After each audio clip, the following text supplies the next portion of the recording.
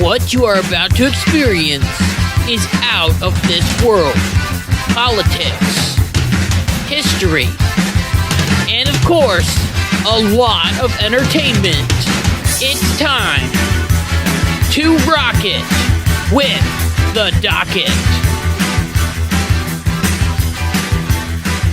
Hey, what's going on, everybody? It's Kyle Dockery with the Dockery Docket. We are here with another fantastic episode of the Dockery Docket. I'm excited to be here, and I hope that you are excited to be here as well. And if you are excited to be here as well, make sure to go down below, hit the like button, hit the subscribe button, so then you never miss one of my videos. Right now, it seems in our world today, weakness creates strength for other countries. And right now, other countries are walking all over us because right now we have a weak leader. As if we go back in time, all the way back to episode 8 and 9 of the Dockery Docket, there was a possibility that the United States was going to go to war with Iran, or even start World War III. As the United States military assassinated Iran's second-in-command, General Soleimani. Do we remember this guy? Well, he was responsible for a December 31st raid on the United States Embassy. So the United States took their revenge and struck him when he was in Iraq. Do you know how Iran responded to that situation?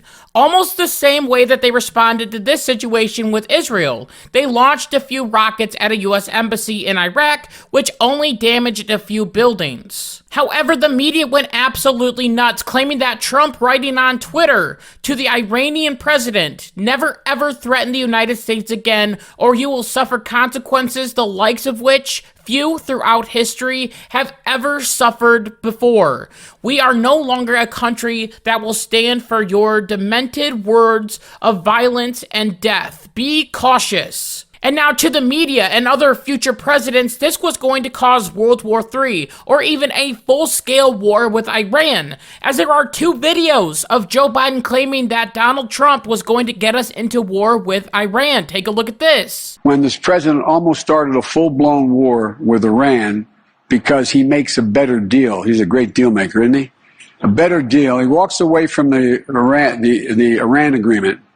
We end up having rockets launches against El Asad Air Force Base where my son had been.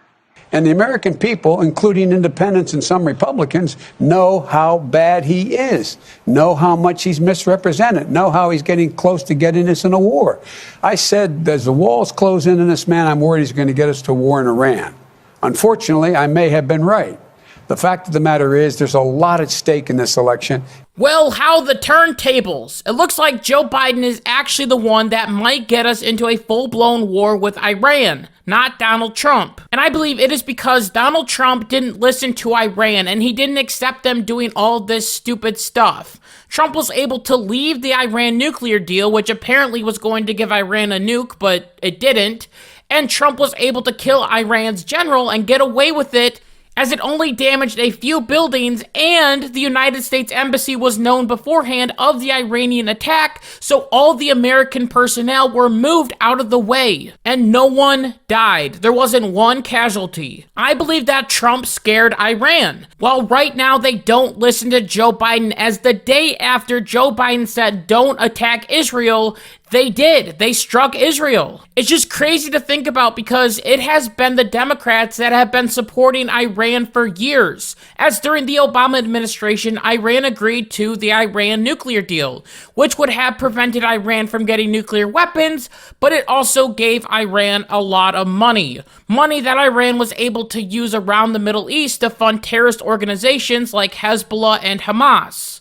And guess what? Joe Biden followed right in his old boss's footsteps, as Joe Biden and Iran agreed to unfreeze $6 billion that was originally in South Korea, and it was moved to Qatar, where Iran could use it.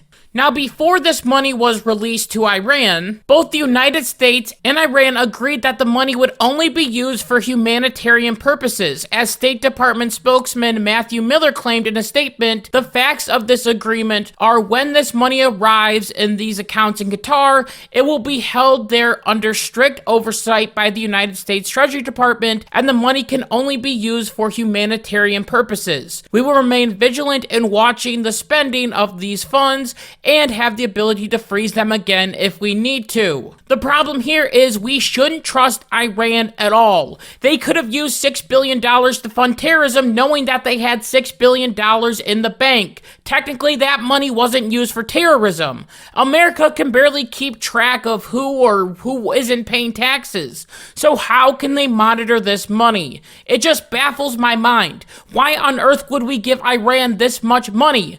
We know that Iran supports terrorism around the whole region, and there's a possibility that some of this money helped Hamas attack Israel, as this money was given to Iran in August, and then in October, Hamas struck Israel. It seems like a big coincidence. Iran gets a big pot of money and Hamas just randomly does an attack. I will say I am glad that we were able to free some of the hostages that were being held in Iran, but giving money to this terrible regime just hurts the United States and our Middle Eastern allies more than before. However, there is more good news for Iran. The Joe Biden administration also allowed Iran to access $10 billion back in November of 2023. That's right, 1 month! 1 month after the terrorist attack on Israel, the United States just said, oh, here, have $10 billion.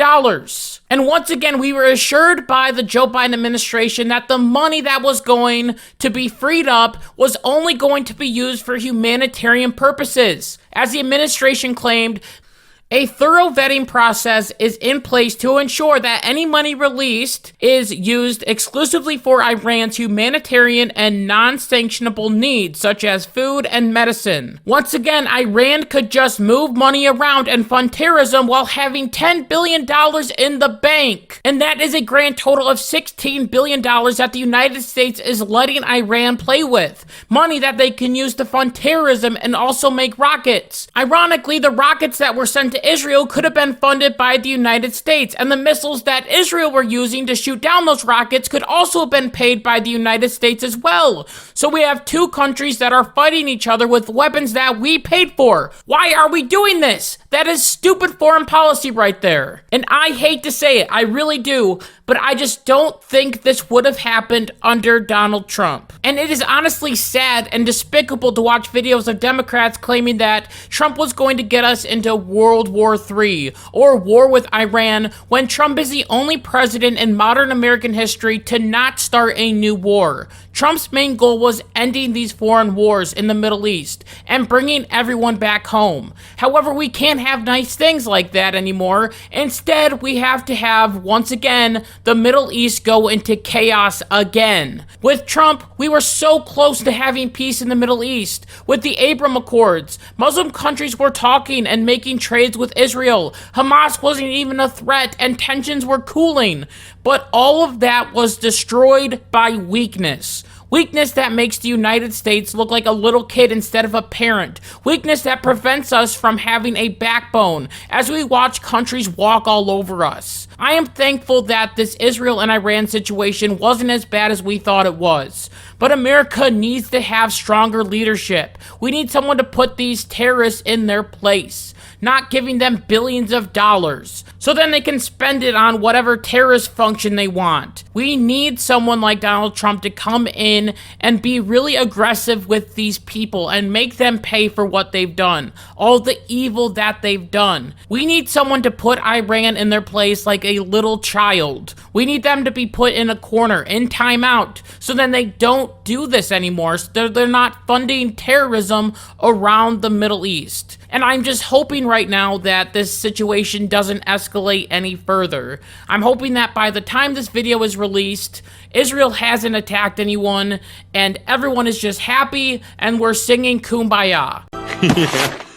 Like that's ever gonna happen. But sadly, I know that's not gonna happen, and if anything big does happen, you know that we'll talk about it on the next episode of the Dockery Docket. So I just want to thank you so much for listening to this episode of the Dockery Docket. And until next time, like my mom always says, be good, be kind, be loving, goodbye.